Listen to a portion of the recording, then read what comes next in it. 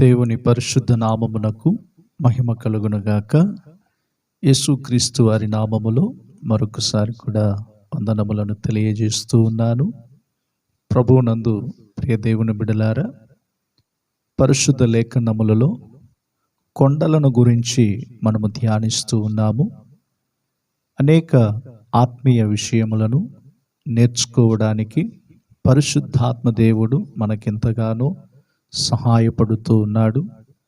ఆత్మీయ సత్యములను, లోతైన విషయములను మనం నేర్చుకోవడానికి, అలాగే నేర్చుకున్న వాటి ప్రకారముగా మన జీవితం అనేది కట్టబడుతూ ఉండాలి.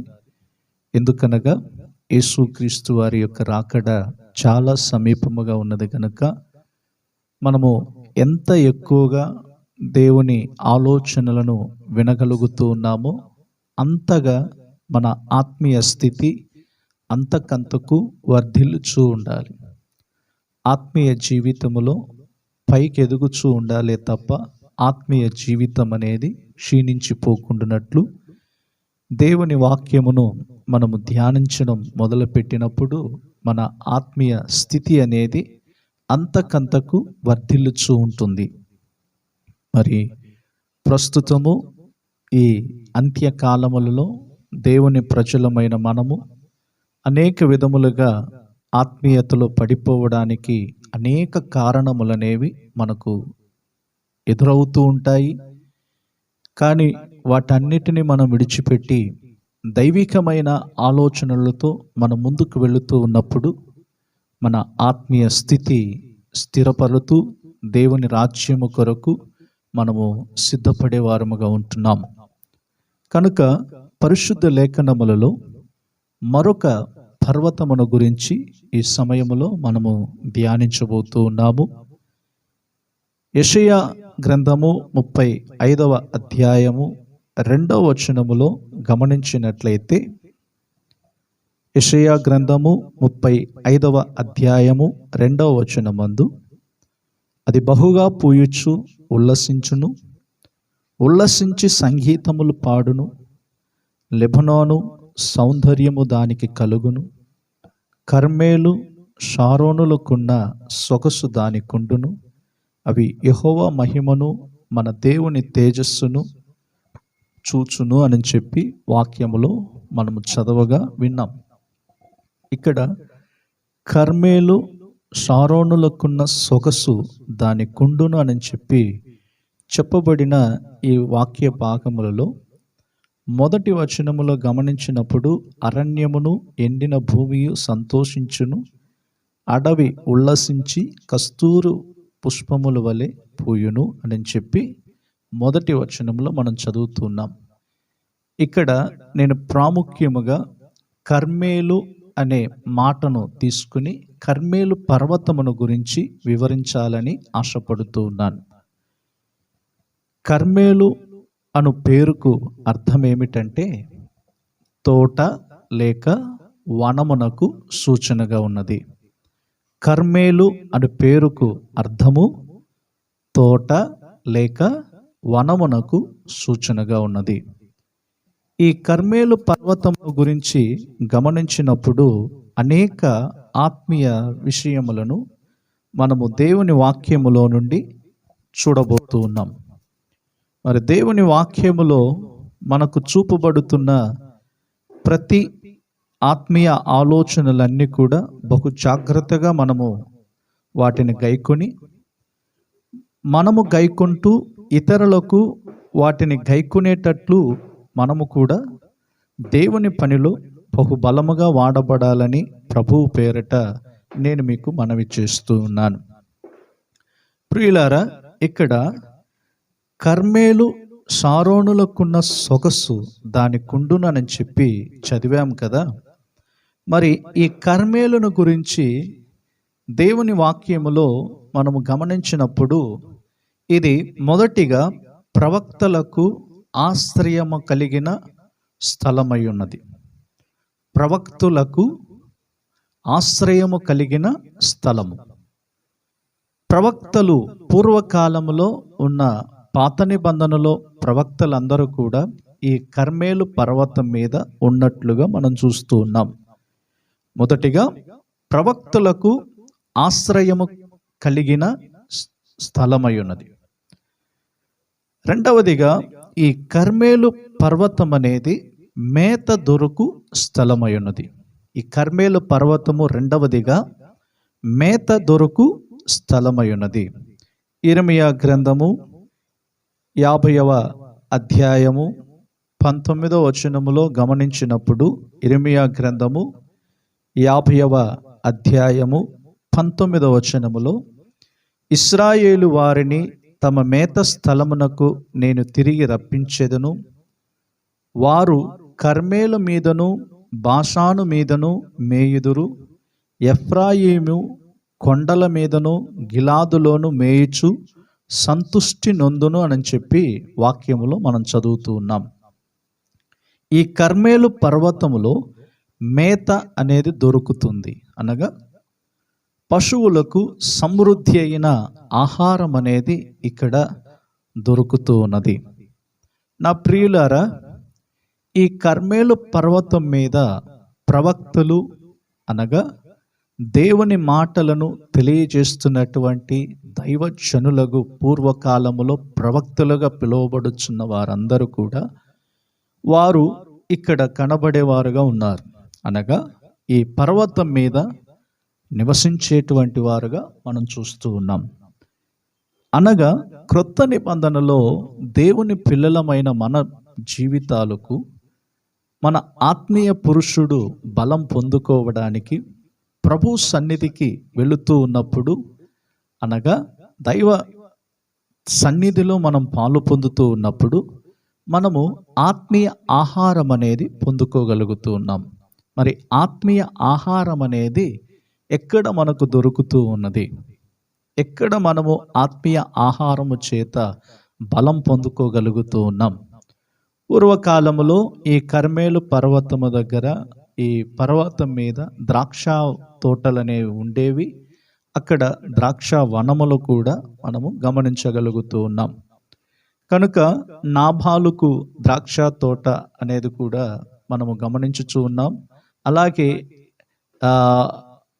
అక్కడ ఆ ప్రాంతములో ఎప్పుడైతే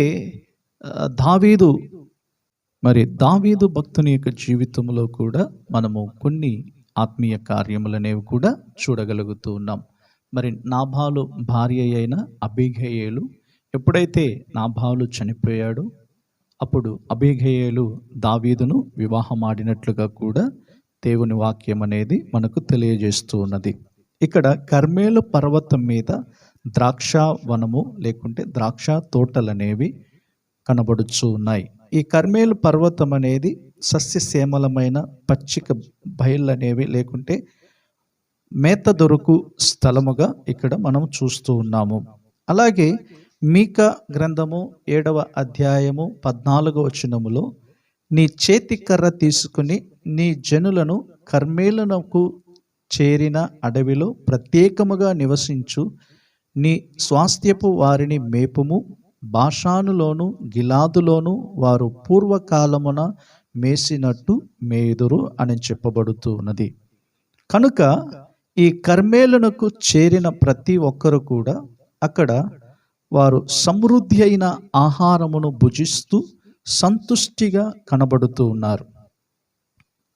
కాబట్టి ఈ కర్మేలు పర్వతములో రెండవదిగా ఏం కనబడుతుందంటే సమృద్ధి అయిన ఆహారం అనేది కనబడుతుంది. సంతుష్టిగా వారికి మేత అనేది దొరుకుతూ ఉన్నది. మరి కర్మేలు పర్వతమునకు ఆ ప్రాంతములో ఉన్న ఆ పశువులన్నిటికీ వాటికి మేత అనేది సమృద్ధిగా దొరికినట్లుగానే దేవుని పిల్లలమైన మనము దేవుని సంఘముగా పిలువబడుతున్న ఆ సంఘములో మనకు మేత అనేది, అనగా దైవజనుల ద్వారాగా మనకు అనేక ఆత్మీయ ఆలోచనలు అనేవి దొరుకుతూ ఉన్నాయి. మనము సమృద్ధిగా భుజించే వారముగా ఉంటున్నాము.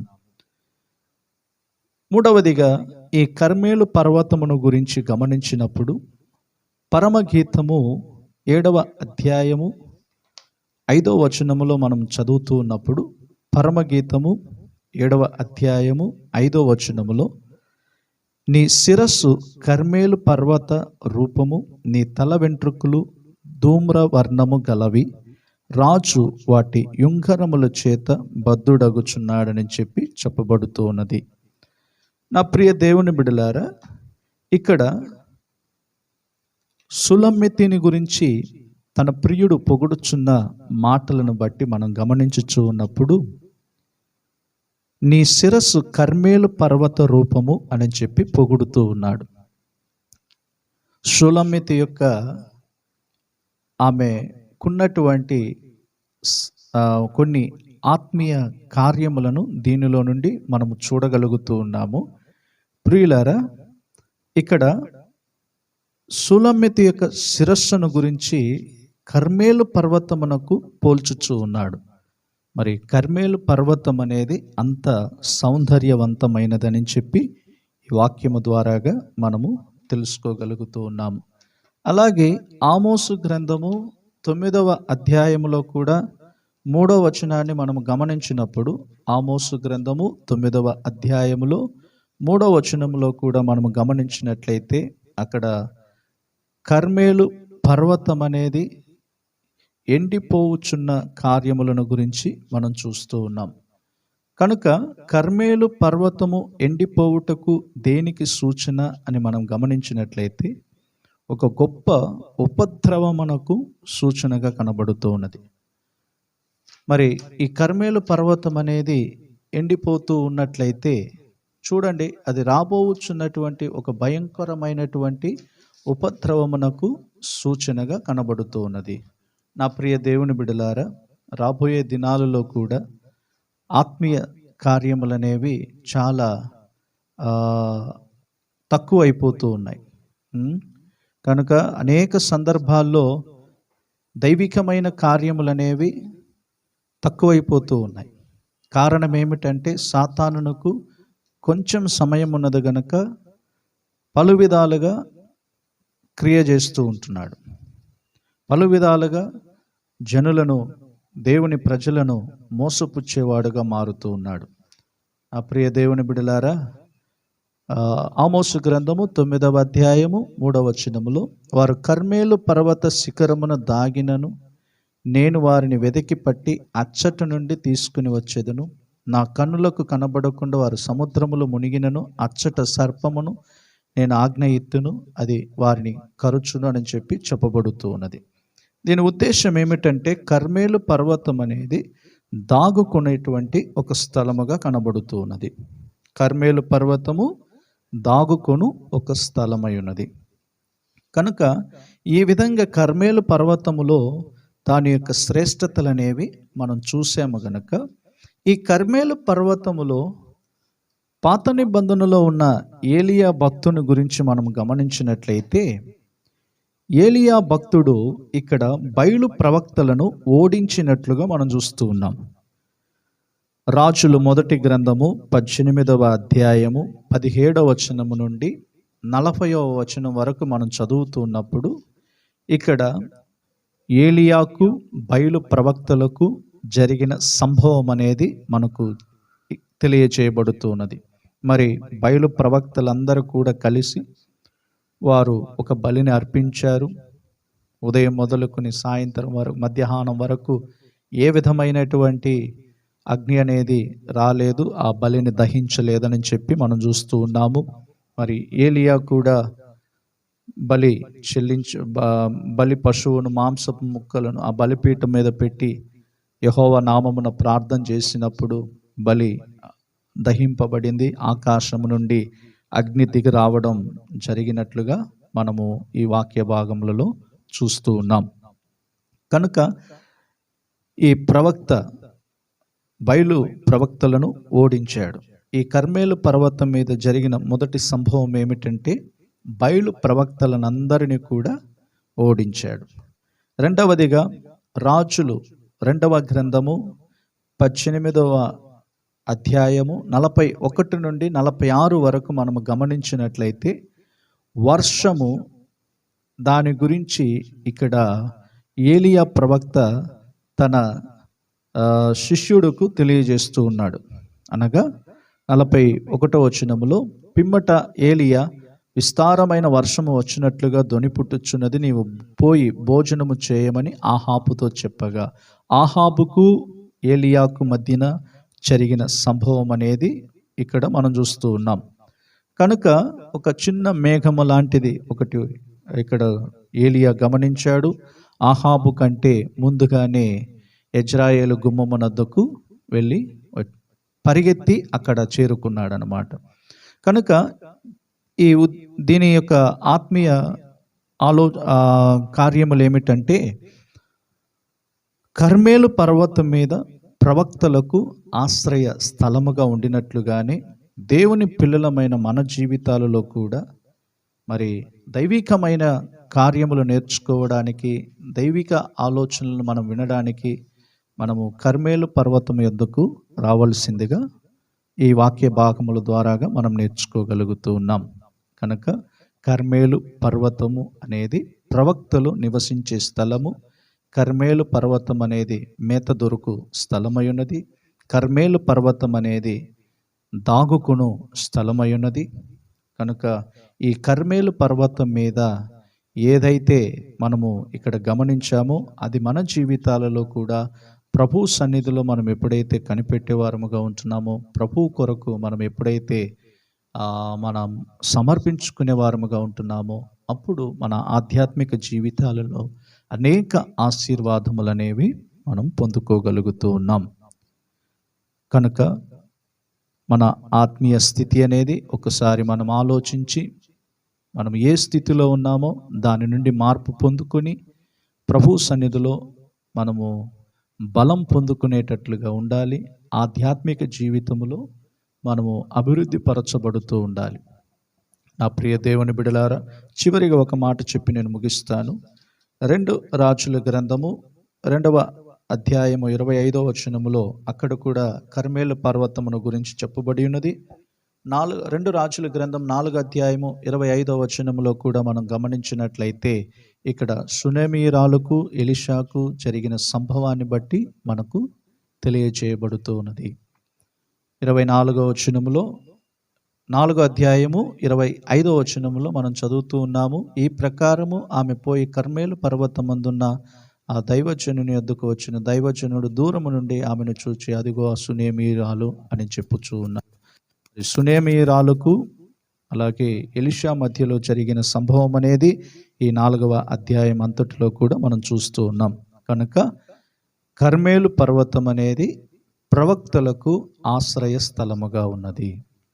నా ప్రియ దేవుని బిడలారా, మనము కూడా దేవుణ్ణి ఆశ్రయించినప్పుడు మనకు అనేక ఆత్మీయ ఆలోచనలను దేవుడు మనకు బయలుపరచునుగాక. ప్రేమ కలిగిన మా తండ్రి, మీకు స్తోత్రాలు చెల్లిస్తూ ఉన్నాము. ఆశీర్వదించబడిన ఈ సమయములో దేవ, కర్మేలు పర్వతమును గురించి అనేక ఆత్మీయ ఆలోచనలను మీరు మాకు బయలుపరిచారు. వాక్యానుసారముగా దేవ, మమ్మల్ని మేము సరిదిద్దుకొని వాక్యానుసారంగా నడిచే కృప మా అందరికీ దయచేయండి.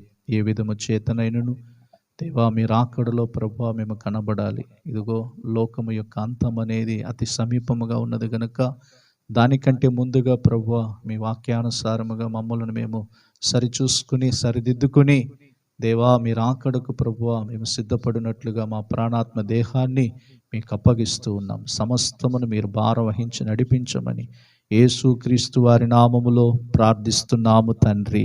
ఆమేన్. Praise the lord.